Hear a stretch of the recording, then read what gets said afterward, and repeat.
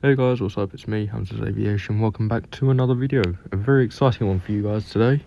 Finally, we have the brand new A350-1000 in Aerofly. Now, this aircraft has been under development for about 9 months, nearly a year actually, I think. And I can tell you it was definitely worth the wait.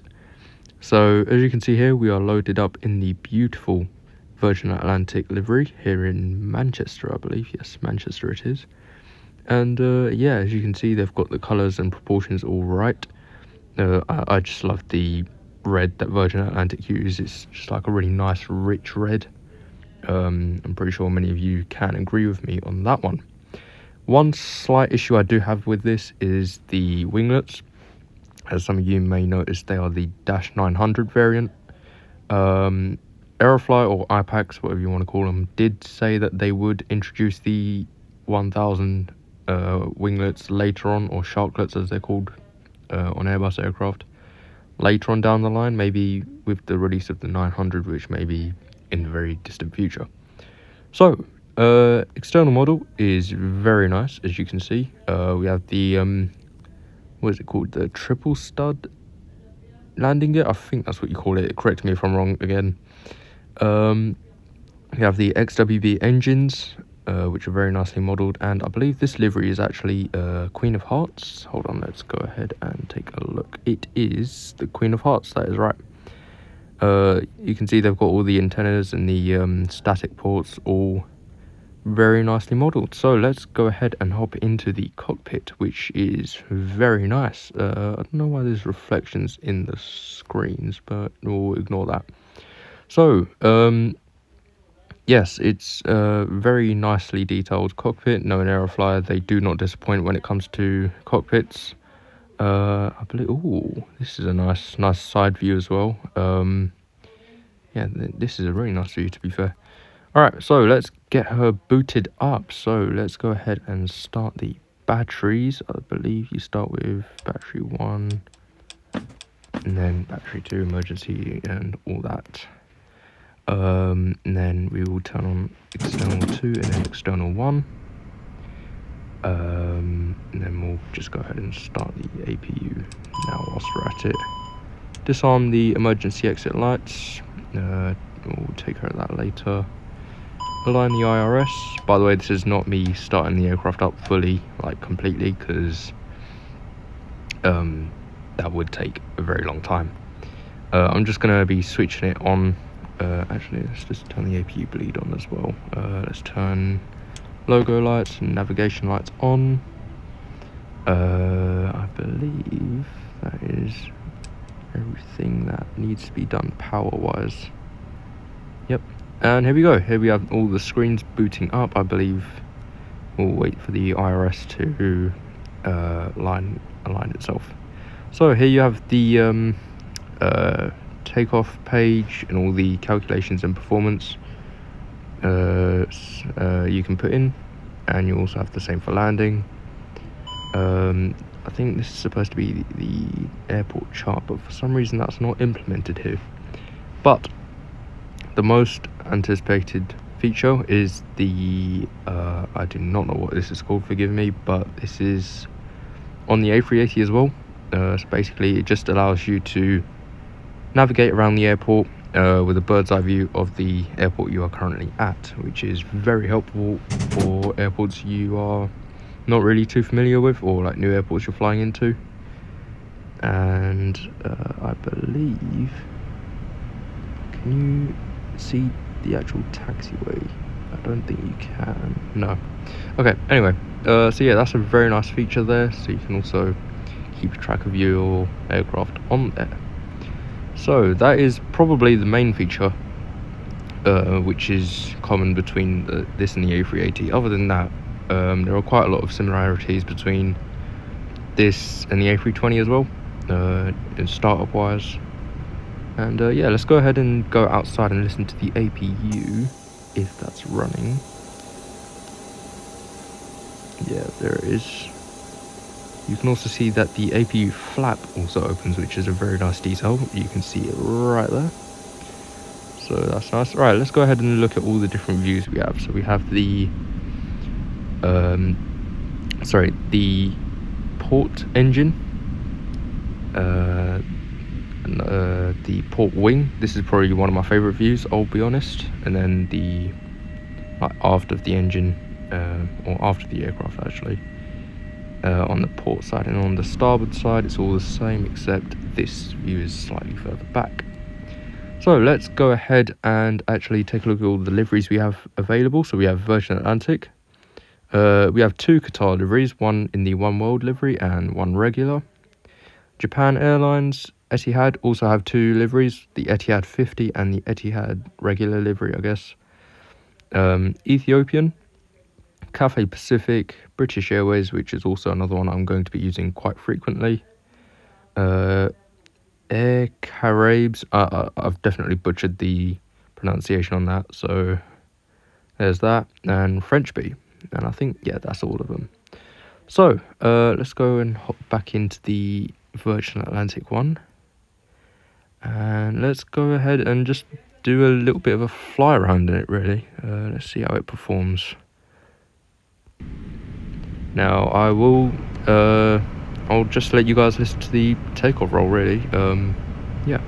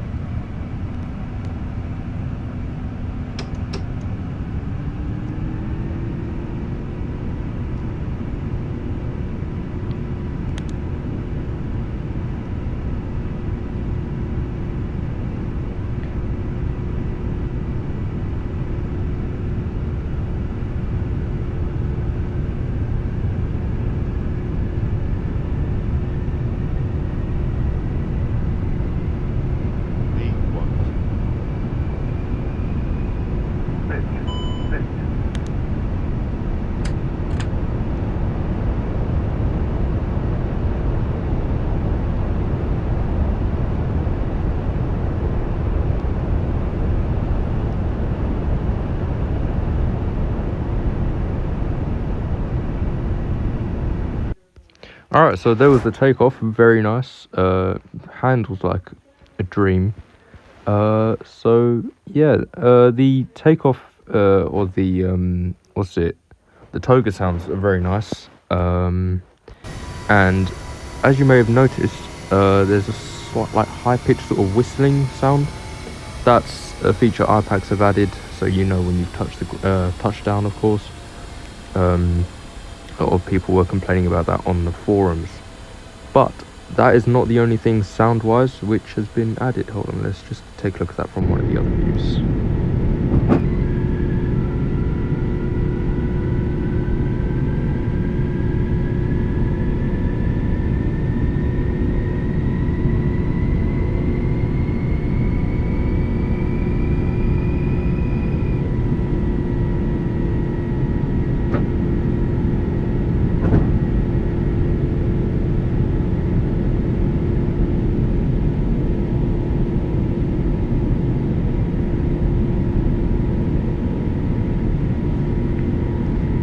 There we go. So again, lovely wing flex as well on the 350-1000. Now I think that is cool. Look at that, that is a good thumbnail, that is.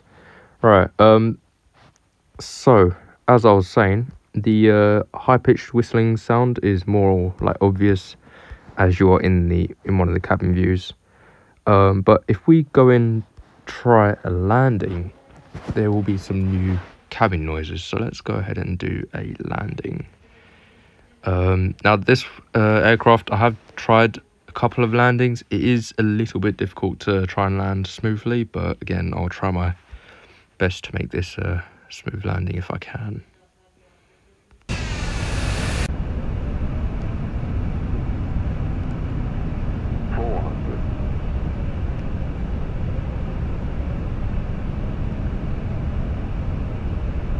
300.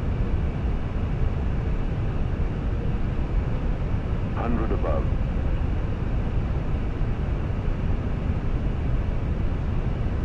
Minimum 70, 50, 40, 30, 20. Retard, retard.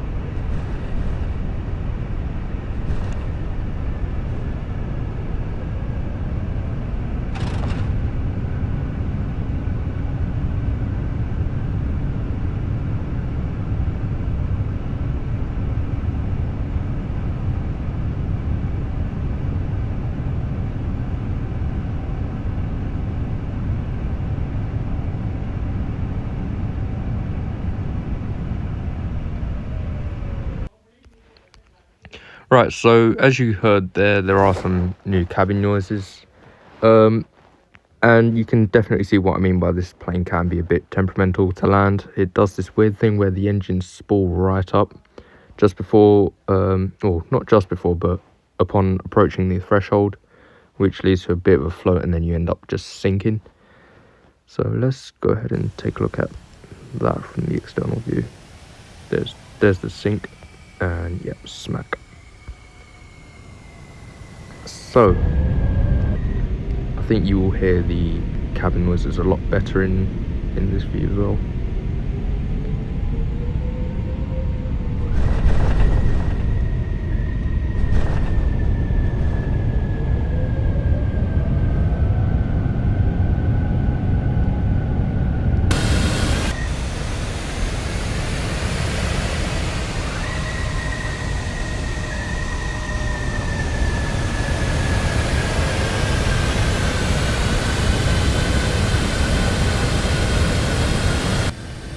But yeah, as you can see, the noise will depend on how hard you land. So obviously, the harder you land, the louder the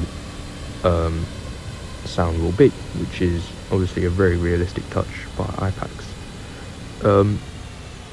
So yeah, that is the main sort of A350 out of the way, really. Along with the A350, they did also update the A380. They added the same airport map system. And I believe they made some sound adjustments to the 737-800, 900, sorry, or the Max. Again, they are improving the sim more and more each time. So I think that is all there is to cover for the A350. Of course, I will try and do a startup tutorial for you if I can. And just some videos about the 350 itself as well. So other than that, I believe that's it. So thank you guys very much for watching, and I will see you guys next time.